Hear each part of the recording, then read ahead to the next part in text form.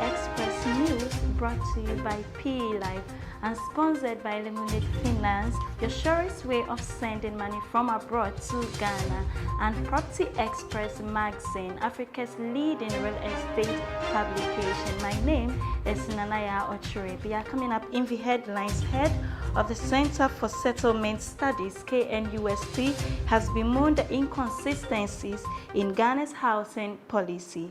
Urbanization and the affordability crisis continues to shape the narrative around home ownership in Africa. And in international news, Lebanon's real estate sector sees major slowdown as financial crisis deepens.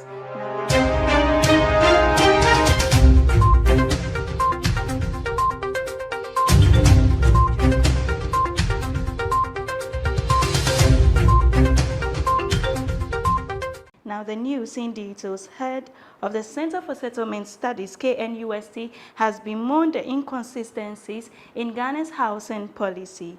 Professor Divine Kweku Ahazi, head of the Center for Settlement Studies, Kwame Nkrumah University of Science and Technology, KNUST, has bemoaned the inconsistencies in Ghana's housing policy. In a paper delivered at the professorial inaugural lecture at the KNUST in Kumasi, Professor Ahazi said a total of 61,226 dwellings were supplied by institutions such as the State Housing Company, Social Security and National Insurance Trust, SNIT, Tema Development Corporation, and Ghana Real Estate Developers Association, GREDA. Citing statistics from Ghana Statistical Service, GSS, Professor Ahazi noted that about 70% of households in the country had inadequate sleeping rooms. He argued that the housing policies had failed to achieve their intended objectives of providing adequate and affordable housing to the people. He cautioned that the environment and socio-economic impact of the resolved housing challenges could be devastating for the nation in the coming years if measures were not instituted to address the problem. Moving on, urbanization and the affordability crisis continues to shape the narrative around home ownership in Africa. A report by Nairametrics indicates that urbanization and the affordability crisis continues to shape the narrative around home ownership in Africa and is impacted by climate change and the imperative for sustainable and resilient cities. It is said that expanding diaspora market highlights the opportunity for optimizing real estate investment flows by leveraging the ever-growing diaspora market, stressing the need for public-private sector partnership to accelerate notable development and the need for players to leverage technology for real transactions. It further predicted supply-side real estate players would demonstrate a preference for high-growth segments due to persisting challenges in the economic landscape, with interest rates staying higher much longer than expected and increasing barriers to home ownership. Now let's turn our attention to Kenya. JW Marriott opens first luxury safari property in Kenya. Companies in the hospitality industry have been developing exciting and luxurious experiences in Africa.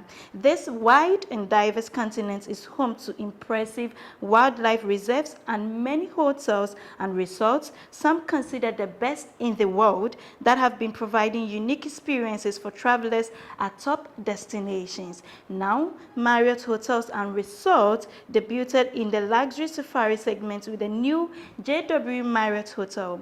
Just a few days ago, the brand opened its first JW Marriott Hotel in Spain, and now a new luxurious experience opens for travelers in Kenya. According to the information shared in the press release, the new JW Marriott Masai Mara Lodge, one of Marriott's top new hotels opening in 2023, sits within the Masai Mara National Reserve and will offer guests the opportunity to observe the most impressive animals. Please stay with us as we go for a short break. We'll be right back.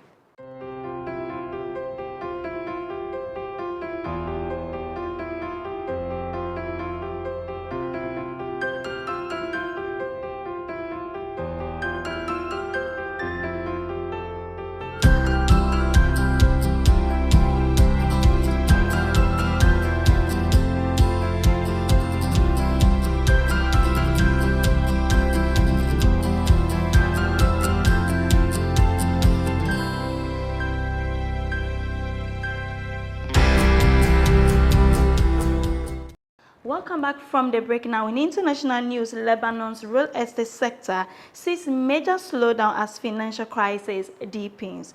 Demand for properties has dropped at least 80% in the 4 years after the crisis due to the lack of market liquidity.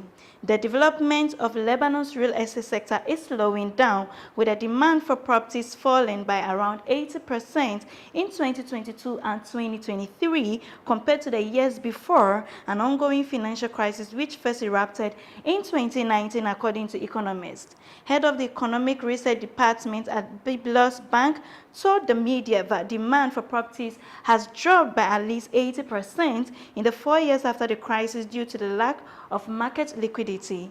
However, buyers of these apartments, mostly employees paid on wages, saw their purchasing power decrease a great deal during the crisis. That is all for news. Thank you for staying with us, and a very big thank you to Lemonade Finance, your surest way of sending money from abroad to Ghana, and Property Express magazine, Africa's leading real estate publication.